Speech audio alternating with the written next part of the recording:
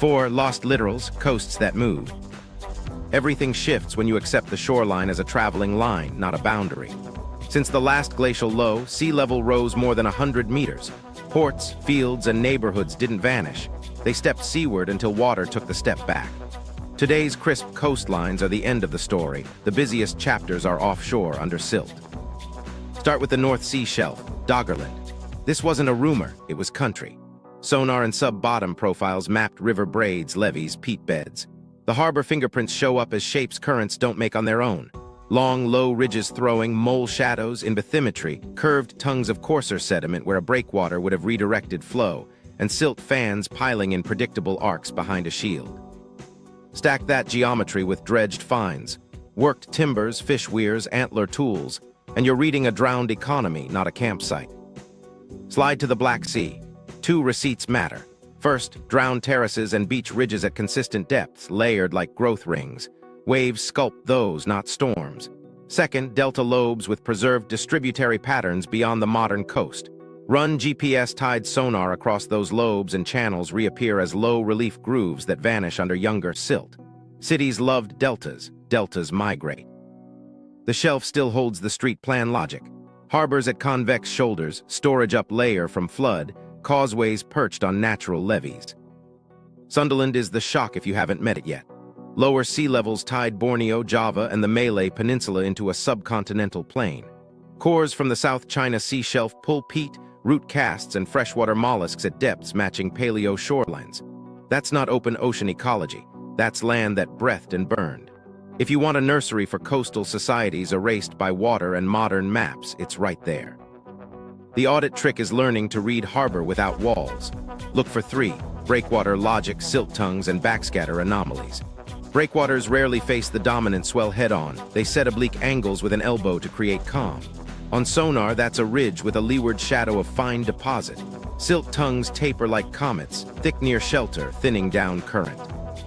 Backscatter anomalies, patches that return a different acoustic texture, often flag timbers, blocks, or artifact lenses trapped by that geometry. You don't need to see a keystone to know a harbor lived there. You only need to see how water was made to behave. Why forbidden? Because access follows money and insurance. Modern seabed maps are needle-sharp along shipping lanes, pipelines, cables, and hazard zones. Archaeology-grade resolution is expensive and rarely public. Insurers care about obstructions and slope stability, not Roman key steps. The result is a public grid where transit corridors look like MRI scans and the adjacent shelf is mush. Boredom hides value again. Now a desk audit you can run. Context: overlay sea level curves with shelf slope and paleo shorelines. Where benches align with drowned deltas, expect ports. Replication: cross-check multiple bathymetric datasets or revisit with different sonar frequencies. The same ridge shadow pair should recur. Scars: fine dredge scars, mooring blocks, anchor grooves. Those cut into substrate and don't read like natural ripples. If all 3 agree, you're out of speculation. A micro story. A recreational skipper sent a depth track, a steady rise, then a sudden drop over a kilometer run off an English estuary, plus a patch of odd calm on windy days. We laid it over charts and historical shoreline reconstructions. The rise was a drowned spit, the drop, an old harbor cut.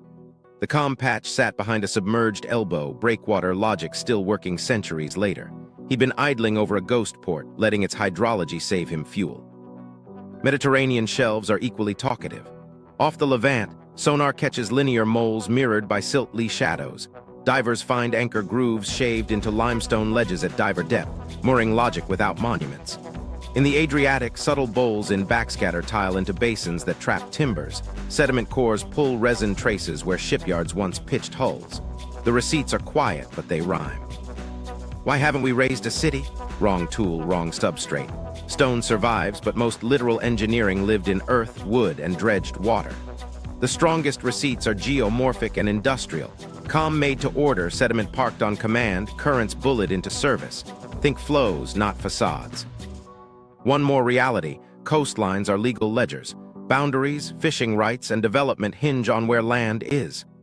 Admitting that the real city sits 10 to 60 meters out would rewrite jurisdictions. Easier to let the map hold still and let the shelf keep its archives. So here's the rule. If your app shows a coastline in HD but the adjacent shelf is fuzzy, assume choice, not physics. Drowned coasts aren't blank, they're busy. Ports walked with sea level. The map didn't. Read benches as timelines, tongues as signatures, and shadows as testimony. The past didn't disappear, it changed depth. 5. The Alpine Blackouts, fenced peaks and quiet labs. From drowned coasts to high ridgelines, now watch how mountains hide work in plain sight. Elevation looks open on a map. In reality, visibility becomes camouflage. Here's the pattern if you hike enough valleys. A gate at a narrow choke point. A laminated sign, closed for weather. Blue sky above, empty zigzag road beyond. 2 kilometers upslope, antennas, oddly spaced boxes, a clipped pad on a shoulder. Public registries say geophysics array. Fair, arrays listen for microseisms, crustal tilt, infrasound, magnetotellurics. But once you need quiet, you start buying quiet. Access restrictions, timed closures, and maintenance windows that sync suspiciously well with data runs. People chalk it up to snow, sometimes it is. More often it's noise. You can't calibrate a tilt meter while trucks grind switchbacks. So valleys become temporary laboratories. The map reads open. The corridor is. The tunnels never map fully. Mountain infrastructure is honest about intakes, portals, and galleries. What's harder to see are the interconnects. Cross-pass galleries linking hydro, rail, and service shafts under ridges. You read them from surface tells, utility hatch covers at measured intervals, fresh tarmac patches where no storm demanded one, and snow melt stripes. Long, warm bands where buried lines bleed heat. Public PDFs end at a portal. The floor plan keeps going under a contour. Glacier caves complicated. Scientists do go in, ice records everything. In stable systems, you'll find cordon zones, cables, data loggers. The recurring oddity, thermal seams that ignore simple gradients. Subglacial pressurized melt or tiny geothermal sips carve microclimates labs love and fences appear. Officially for safety, practically also to preserve signal. Mineral belts bring neat rectangular, no data grids on survey maps. Reasons can be mundane, landowner refusals, snow cover. They can also be dual use. Exploration that prefers to whisper until leases settle, paired with environmental monitoring sensitive to crowds. The cartographic effect is a tidy hole exactly where your eye stops. Before conspiracy, check seasonality and procurement cycles. If the gap reappears winter and summer and sits beside brand new access work, you're looking at a corridor under negotiation.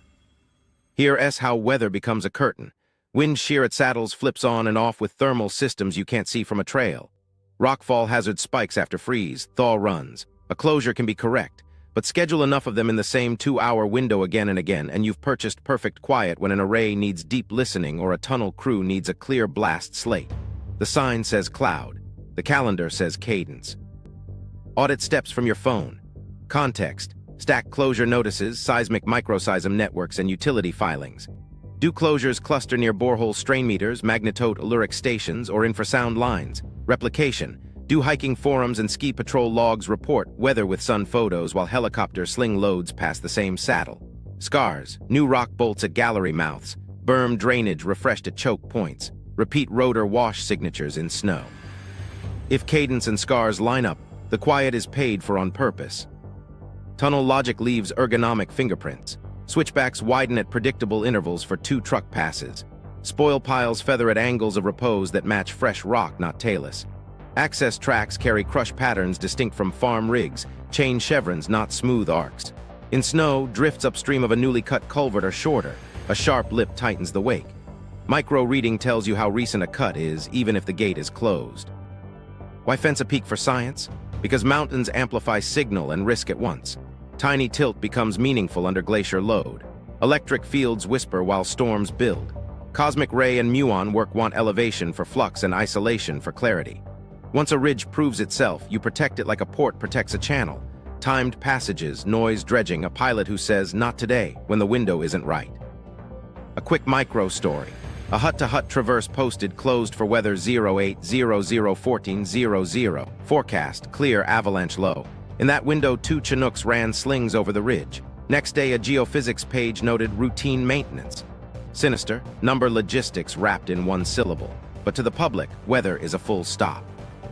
Thermal anomalies around huts and stations are noisy by design. Diesel, kitchens, buried pipes. If you're reading the mountain, subtract human heat. Infrared can't tell intent, it can tell plumbing. Pipe logic is simple: straight where geology allows, elbow where stress demands, inspection vaults every n meters. Map and remove it. Leftover warm seams reveal gravity water routes, subnivean channels, springs, slow percolation along faults. Those seams explain why some research only pads land where they do. Not mystery, stable footing, reliable melt. Signal protection culture bleeds into mapping. Airspace NOTAMs blink on for training, then off, exactly when arrays schedule quiet runs. Trail apps show seasonal closure polygons that expand just enough to cover a line of vault lids. Satellite base maps lag refresh in uninteresting scree.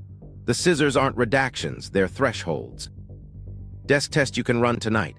Pull public seismic noise plots for a ridge, note daily minima. Cross-check with park gate logs and hut supply flights. If minima align with repeated weather, you found the cadence. Then scan recent snow imagery for linear melts and helicopter snow ghosts. Add a procurement calendar begging for low-noise windows. 3 lines agreeing beats rumor. Last tell language drift. Notices start as maintenance, shift to operational safety, then settle on weather. The noun softens pushback, but the schedule keeps its edge. Read fences as filters, closures as valves, warm stripes as plumbing, and weather as the stamp that buys silence. Mountains aren't hiding secret cities. They're running quiet labs in corridors the map pretends are empty. Once you hear the cadence, the blackout isn't a mystery, it's a metronome. 6. Underground voids, muons, myths, and missing floor plans. But here's where it gets interesting. Once you learn to read ice, jungle, dunes, and ridgelines, the ground under cities starts acting the same way. Rules hiding in noise, corridors under corridors, floor plans that survived as negative space. Start with the quiet X-ray we didn't know we had, muons. Cosmic rays hit the atmosphere, make muons, and those particles pass through stone like ghosts with a stopwatch. Detectors count what gets through. Less flux means more mass, more flux means a void. In 2024-2025, arrays tightened the picture in monuments everyone swore we'd already mapped. The Great Pyramid. The narrow north face corridor behind the chevrons confirmed, plus that stubborn big void above the Grand Gallery. Engineers argue purpose, weight relief versus internal architecture, but the receipt is solid. Non-invasive imaging reading volume where chisel and rumor can't. Don't romanticize it. Muography isn't comic book vision, it's patient statistics. Multiple stations, long exposures, cross-checked with ground-penetrating radar, thermal, and endoscopes where a hair-thin hole won't ruin history. When 3 tools rhyme, you treat the cavity as real. When one whispers alone, it's a maybe. Our rule holds: context, replication, scars. Function over treasure. Corridor-like voids near high-stress zones behave like engineered lungs, spaces that tune load paths or staging galleries left by builders. Ritual readings aren't wrong, they're often dual use. A space can carry story and stress at once. The point is, the floor plan we teach is incomplete and the stone keeps reminding us politely. Zoom under living cities. Istanbul is a postcard up top and a mesh below. Byzantine cisterns, Roman conduits, Ottoman repairs, layers of water logic rerouted for each era. LIDAR won't help underground. You need GPR transects, microgravity, and the oldest tool of all, the sinkhole map. Where voids migrate, the street eventually tells on itself. A sudden depression along a predictable run, usually a collapsed vault, not a myth. Plot enough of them, and the old drainage grid reappears like veins. Naples is the cleanest syllabus. Tufa bedrock cut for quarries, then turned into cisterns, then sealed, then reopened as bomb shelters. Tunnels run beneath palace blocks with air shafts disguised as courtyard wells. GPR lights the near surface. Deeper microgravity picks up density lows where air replaces rock. Maintenance affordances, the square niche, the brick arch at shoulder height, the limewash tide line, tell you what the void was for and how often it was serviced. If a passage lacks shoulder polish and stepware, it's not a street. It's a drain or a once-a-year access. Mexico City stacks canals, causeways, and buried basalt. Metro digs keep finding Tenochtitlan in cross-section. Levees turn foundations, ritual platforms under parking lots, conduit stubs swallowed by fill. The pattern repeats. Infrastructure learns from the previous century even when paperwork pretends the line is new. A modern sewer follows a colonial ditch that followed a lake-edge berm that followed an island causeway. Miss the void, and your tunnel discovers it with interest. Kola's lesson, scaled to city depth. Underground, heat, gas, and pressure write the rules. Those screams at 12 kilometers were stress waves and electronics amplifying what rock does under load. In cities, the myth is quieter but similar. My GPR saw a chamber the size of a pool under this plaza. Maybe. Or it saw signal loss from saturated fill, old utility trenches, or reinforcement mesh. That's why replication matters. Perpendicular passes, dual frequencies, and a different season for moisture. Only the stubborn anomaly is worth a headline. Sinkholes are constellations. One collapse is bad luck. 10 along a curve mark a forgotten artery. Map them against archival plans and missing floor plans snap into place, rooms left blank on purpose. Bureaucracies hate uncertainty, they fill it with hatching. The ground refuses neat diagonals and keeps whispering, there was a doorway here. Hydrogen shows up in cities too, in miniature. Old cisterns breathe, trapped gases collect, microbes thrive where air and damp stone meet. That's why some voids test warm and thermal even in winter. It isn't a secret lab, it's metabolism. Subtract pipes and cables, human heat, and the leftover warm seams often mark gravity water routes. Those seams explain why some research-only pads and vents land where they do, stable footing above living flow. How do you audit without a backhoe? Context. Layer historic maps, utility plans, and subsidence records. If basements flood in a pattern, a void governs the grade. Replication. GPR at 2 frequencies plus microgravity where permissible. Repeat across seasons. Scars. Street patches that keep failing on the same grid, vent grates where no modern plan claims a duct. Inspection lids orphaned from any mapped line. Those are maintenance affordances that slip their paperwork. A micro story. A shop owner kept replacing tiles over a crack that wandered every spring. We overlaid an 187 water map and a modern GPR slice. The crack tracked an old brick barrel drain. The GPR showed a hollow 3 meters down, half silted, still taking groundwater when storms hit. He cut a relief trench in the alley to intercept the surge. The crack moved once more, then stopped. Missing floor plan found, future saved. Last piece, myths love emptiness. A blank on a plan attracts legend. Void doesn't equal secret, it equals function someone stopped paying to maintain. Muons, GPR, microgravity, they're new ears for old systems.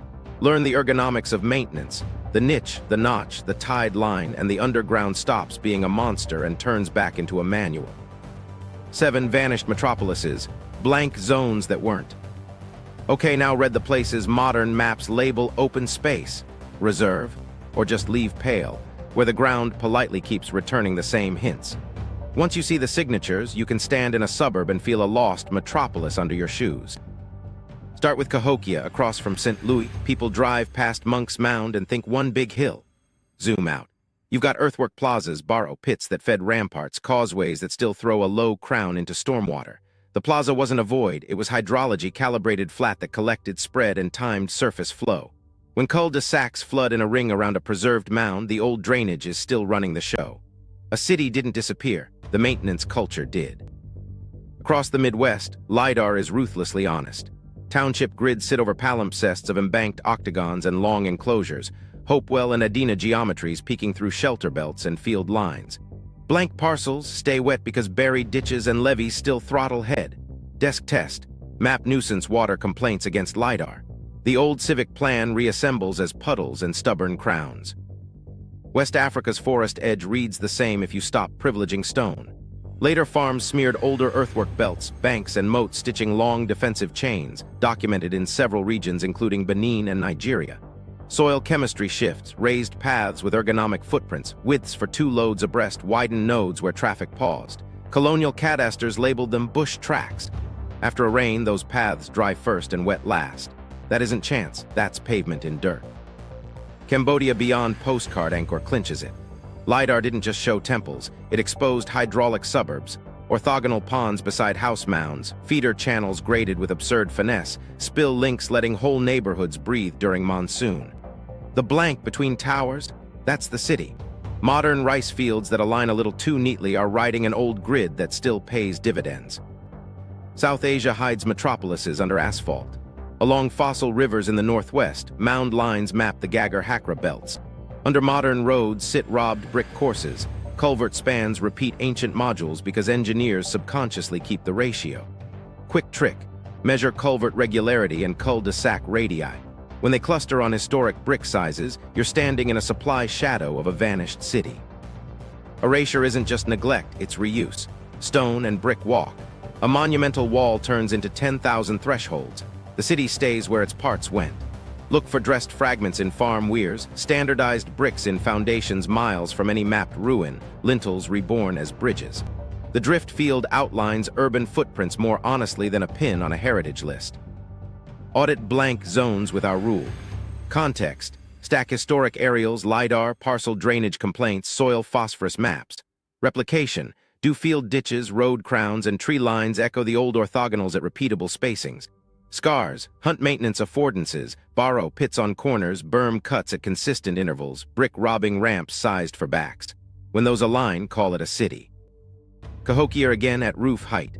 Stand on a strip mall and watch sign post splash crescents after a downpour. The crescents align with a barely visible swell, a causeway remnant, and the plaza that sheds onto it was a civic device long before asphalt. If that feels poetic, bring a level. The gradient honors ghosts. Micro story: a homeowner near a blank park fought a heaving walkway. Slabs rose every wet spring, settled in late summer. GPR: shallow frequency, a rectangular reflector, two-stepped edges, one corner with a notch. No 187's plan showed anything. A shallow probe permitted, compacted clay with charcoal flecks and a brick chip.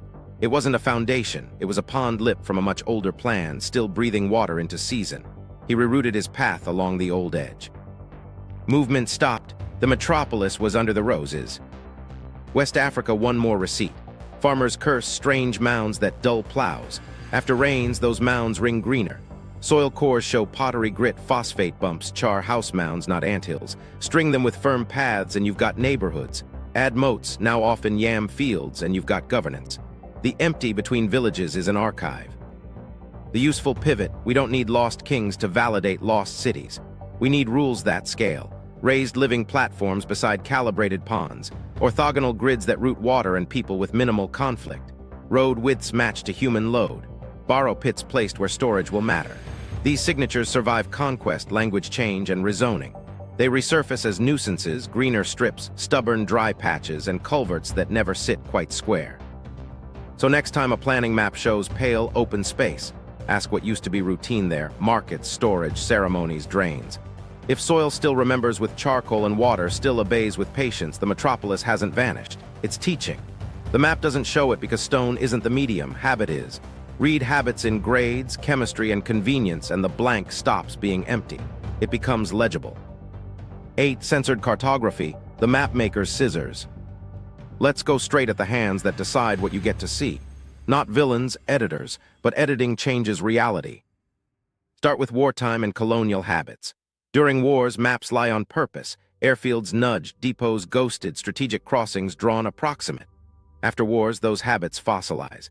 Colonial base sheets often simplified messy geographies into lines that matched administrative comfort: one river, one name, one road.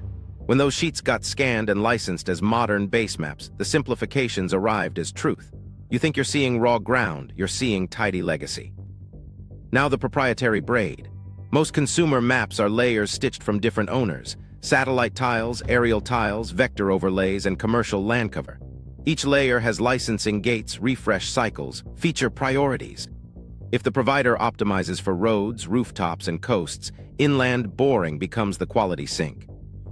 That's why Antarctica's interior gets fuzzy while station pads are crisp, why jungle orthos lag while cattle pastures update, and why shelves turn to mush a kilometer offshore.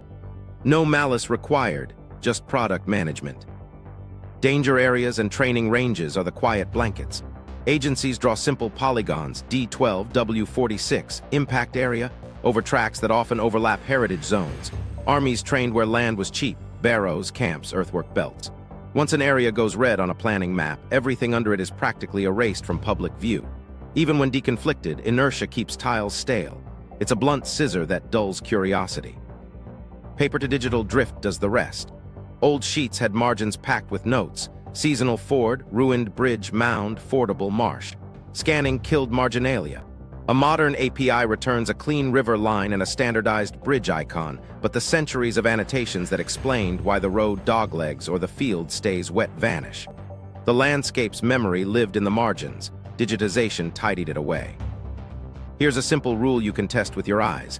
If a coastline is razor-sharp, piers, jetties, colored water, while the inland grid goes mushy within a kilometer, you're looking at priorities, not physics. Routes and revenue get updates. Catchments and terraces wait. Stack that bias across continents, and you get a world where shipping lanes look like MRI scans and ancient hinterlands look like fog. Resolution throttling has a style. At medium zoom, look for checkerboards of alternating sharp and soft tiles. That's mosaic age and licensing limits. Serious work hides in seams. A sharp tile catches a paleo ridge, the neighbor drowns it. Pan in another app and the seam moves. Screenshot both, align, and the invisible feature appears as difference. That trick has revealed causeway spines, terrace scars, even submerged moles that one brand down ranked as uninteresting. Vector generalization is another scissor. To save bytes, curvy rivers become fewer nodes. Wetland polygons get simplified until their smiles vanish. In the Amazon, generalized river masks swallow narrow causeway shoulders. In deltas, smoothing deletes levee crowns that once perched villages above flood. The geometry didn't disappear. The tolerance slider did. So what do? Audit the edits. Context. Assemble time stacks from different sources, one commercial, one open, one government. If a feature persists across providers and years, it's reality. If it vanishes only in one brand, that's a style choice. Replication. Check multiple sensors, optical for color and texture, radar for moisture and structure, elevation for form. Radar loves the boring your app ignores. Scars. Red maintenance in vectors. Road layers that jog around nothing. Parcel boundaries that tiptoe a faint berm. Seasonal wetland polygons that match old pond lips. The vectors often know more than the tiles admit. Be sober about censorship. Some blurs are lawful, bases, critical infrastructure, protected sites. Some are safety, avalanche paths, mines, unexploded ordnance. Not everything hidden is a plot, a lot is stewardship. Your job is separating stewardship from sloppiness. A micro story. I chased a rumored causeway across a floodplain. One app showed blank water, another hinted a faint ribbon at extreme zoom, a third showed nothing but a strange kink in the county road. We pulled LIDAR from a state portal. There it was, a spine with two low saddles where gates once sat, exactly where the blank lived. Why the blank? The provider's river polygon had been generalized and swallowed the shoulder. Vector triumph over nuance. No scandal, just a rounding decision that erased 1,000 years of seasonal engineering.